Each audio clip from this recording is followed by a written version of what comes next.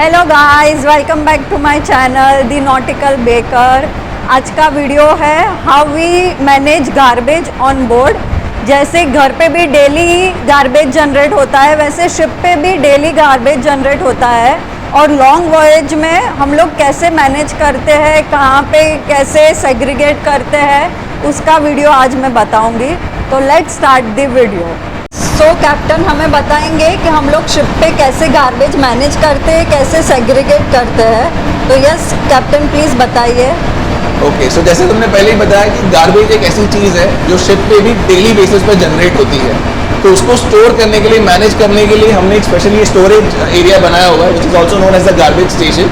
और यहाँ पे आप देखोगे कि सारे जितने भी गार्बेज बिन्स है वो डिफरेंट कलर कोडेड है, क्योंकि it is a requirement that all the garbage which is stored on board is properly segregated as per its category.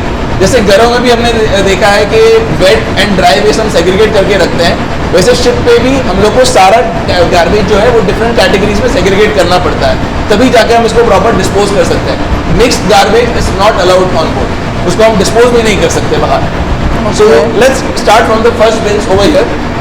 जो येलो कलर का गार्बेज बिन्स है which is known as the domestic waste.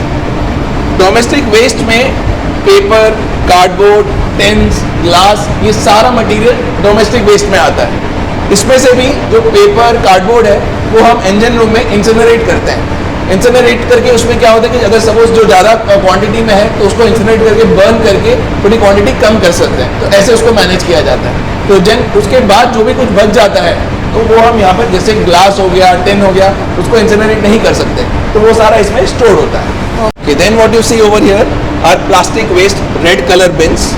तो यहाँ पे सारे plastics stored होते हैं। These plastics are normal, मतलब जैसे रैपिंग प्लास्टिक हो गया या कभी हम लोग को डिफरेंट काइंड्स ऑफ प्लास्टिक्स जो है वो सारे इसमें स्टोर हो गए।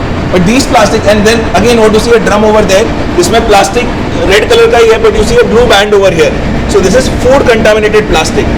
सो सर्टेन प्लास्टिक्स लाइक अभी टेट्रा पैक्स हो गया, मिल्क के कार्टन्स हो गए, या जूस के टेट्रा पैक्स हो गए, या हम योगर्ट जो लेते हैं वो जो प्लास्टिक कैंस में आता है तो वो सब हो गया, उसमें फूड भी लगा होता है। तो वो सारे प्लास्टिक्स हमको सेपरेट करके रखना, which you can not store over here, you have to store it in special bins which is food contaminated plastic. क्योंकि ये रेगुलेशन स्पेशली इंपॉर्टेंट है जब कंट्रीज लाइक यूएसए में, वहाँ पे इन लोग बहुत स्ट्रिक्ट है ये ऐसे रेगुलेशन के लेके, तो वो हम फूड कंटामिनेटेड प्लास्टिक यहाँ स्टोर करते हैं। Okay, So next category what you see over here are blue color bins which is the food waste.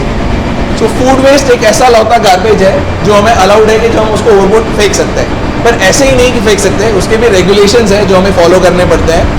So basically the regulations are like the world is divided into two categories. One is special areas and one is outside special areas. So let's talk about outside special areas first. कि outside special areas में हम लोग जो food waste बाहर फेंकते हैं उसके लिए रेगुलेशन कहता है कि we should be 12 miles from the nearest land. तो 12 माइल्स मतलब जब भी हम कोई पोर्ट में जाते हैं, नज़दीक जाते हैं, तो वहाँ पे हमें फूड वेस्ट अलाउड नहीं है बाहर फेंकना, भी store it in the beans. But जब भी हम शोर से 12 माइल्स दूर हो गए, 1 mile is basically about 2 kilometres, so 12 miles हो गए 24 किलोमीटर फ्रॉम द लैंड, तब हम फूड वेस्ट बाहर फेंक सकते हैं। Then there is something known as special areas. Special areas जैसे वर्ल्ड में कुछ सी एरियाज है जो ज़्यादा सेंसिटिव है, तो वो जैसे हो गए नॉर्थ सी, देन गल्फ एरिया, रेड सी, मेडिटेरियन सी, एंटार्क्टिक एरिया, ये सारे बाल्टिक सी, ये सारे स्पेशल एरियाज हैं। तो ये सब एरियाज में हम लोग को जो फूड वेस्ट, हम डायरेक्ट फूड वेस्ट बाहर नहीं फेंक सकते हैं, वो फूड वेस्ट को थ्रू अ कम्युनिटर पास करना पड़ता है। कम्युनिटर इज एन इक्विपमेंट जो ये फूड वेस्ट को छोटे छोटे पार्टिकल्स में ग्राइंड कर देता है, जो हर शिप के गैली में होता है, गैली मतलब किचन में होता है। तो वो जब भी फूड वेस्ट उस कम्युनिटर से पास हो जाता है, और इट इज अ रिक्वायरमेंट, जो 25 mm का मेश है, that food particles have to pass through that 25 mm mesh. जब वो पास हो सकता है then only we can throw it overboard. उसका भी रेगुलेशन है कि we have to be 12 miles away from the nearest land, कि हम लोग को 12 माइल्स जैसे 24 किलोमीटर पोर्ट से दूर होना पड़ेगा, तब जाके हम उसको स्पेशल एरिया में थ्रू द कम्युनिटर पास कर सकते हैं। अब यही कम्युनिटर से अगर हम लोग को, जब भी हम आउटसाइड स्पेशल एरियाज में होते हैं, तो the regulation is 3 nautical miles from the nearest land, मतलब अबाउट 6 किलोमीटर दूर भी हम आउटसाइड स्पेशल एरिया में उस कम्युनिटर से फूड वेस्ट पास कर सकते हैं। पर वो फूड वेस्ट वही फूड वेस्ट जो एकदम छोटा छोटा पार्टिकल्स में उसको ब्रेक कर सके, जैसे बिग फूड वेस्ट हो गया जैसे बोन्स और ये सब, वो सब हम नहीं फेंक सकते, उसे हमेशा स्टोर करके रखना पड़ता है। Okay, next category over here what you see is the oily rags. Oily rags मतलब ये नॉर्मली मशीनरी स्पेसेस में, इंजन रूम में ज़्यादा जनरेट होता है, and rarely on the deck, sometimes when you do machineries of equipments on deck, कि जब भी कोई ऑयल रिलेटेड या रैग्स हो गए कि वो साफ करने के टाइम पे जो रैग्स यूज हुए हैं तो वो सारा हम उसमें स्टोर करते हैं। इसमें भी जैसे oily rags also we can incinerate, तो जब भी हम सी होते हैं तो उसको हम लोग इंजन रूम में इंसिनरेटर में बर्न करते हैं ये सारा। ये हो गया oily rags. Then over here you have extra bins, जैसे वहाँ पे सिर्फ एक ही बिन तुमने देखा था जो फूड वेस्ट कंटामिनेटेड मतलब फूड कंटामिनेटेड प्लास्टिक वेस्ट, वैसे एक्स्ट्रा स्टोरेज यहाँ पे भी same food contaminated plastic waste, the red bin with blue band same. अभी ये डोमेस्टिक वेस्ट हो गया, again food contaminated domestic waste. जैसे वहाँ पे सिर्फ तुमने देखा था ओनली पेपर एंड कार्डबोर्ड और उसके लिए नॉर्मल डोमेस्टिक वेस्ट था, इसमें फूड कंटामिनेटेड डोमेस्टिक वेस्ट मतलब जैसे अब टिश्यू हो गया, tissue when you wipe your hands and the food particles उसमें रह जाते हैं वो इसमें हम लोग स्टोर करके रखते हैं, तो इसलिए ये हो गया फूड कंटामिनेटेड डोमेस्टिक वेस्ट। सो ये सारी चीज़ें मतलब जैसे जो मैंने बताया अभी, it is a requirement also that we have to display all the regulations and everything near the garbage storage area.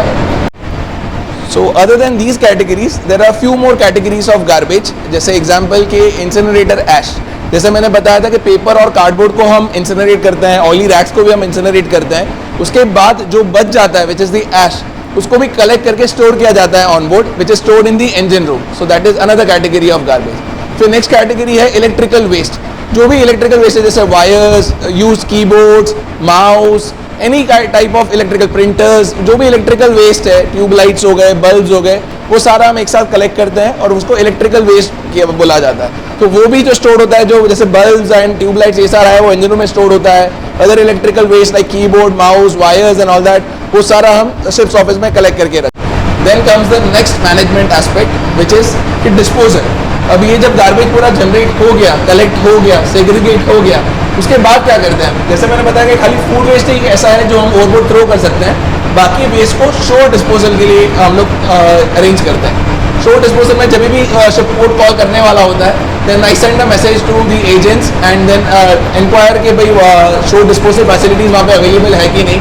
फिर बाद में जैसे वहाँ से कंफर्मेशन होता है, देन वी एंश्योर दैट सारा जो ये गार्बेज है वो हम प्रॉपर शोर रिसेप्शन फैसिलिटीज़ में डिस्पोज करते हैं and then proper certificate obtain किया जाता है कि जिसमें कंफर्म मेंशन किया जाता है कि कितना हमने कौन से कैटेगरी का गार्बेज कितना डिस्पोज किया, कितने मेट्रिक क्यूब्स में डिस्पोज किया।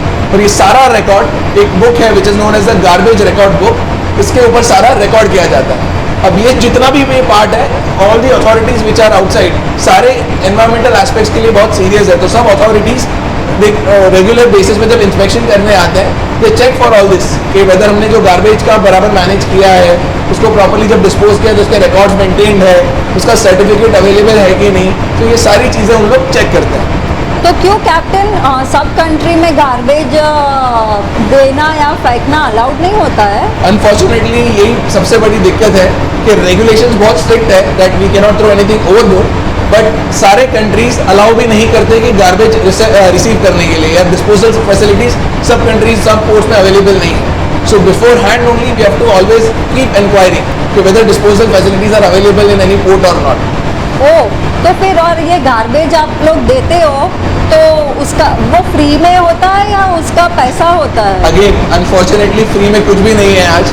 सो जब भी हम डिस्पोज भी करते हैं सारे कंट्रीज अपनी फीस चार्ज करते हैं। It depends on the per metric cube के कितना डिस्पोजल होता है and the disposal cost ranges from about $500 से लेके $2,000-3,000 तक वो रेंज होता है, depending which country we are in, which ports we are in, कौन सा टाइप का गार्बेज है।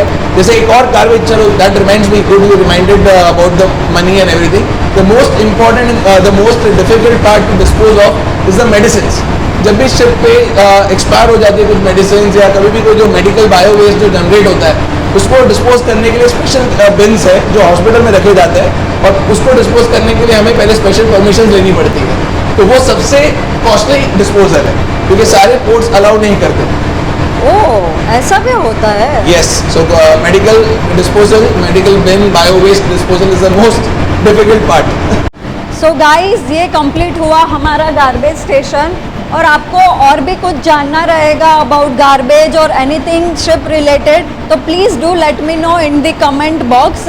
और गाइस, मैं जैसे अभी बाहर आई हूँ तो आपको भी आज दिखाती हूँ कि कैसा वेदर है, तो लेट्स गो।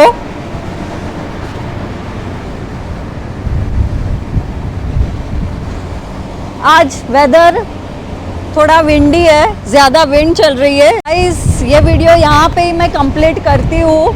आई होप आपको ये वीडियो अच्छा लगा हो then like share and subscribe to my channel. Thank you for watching, bye bye.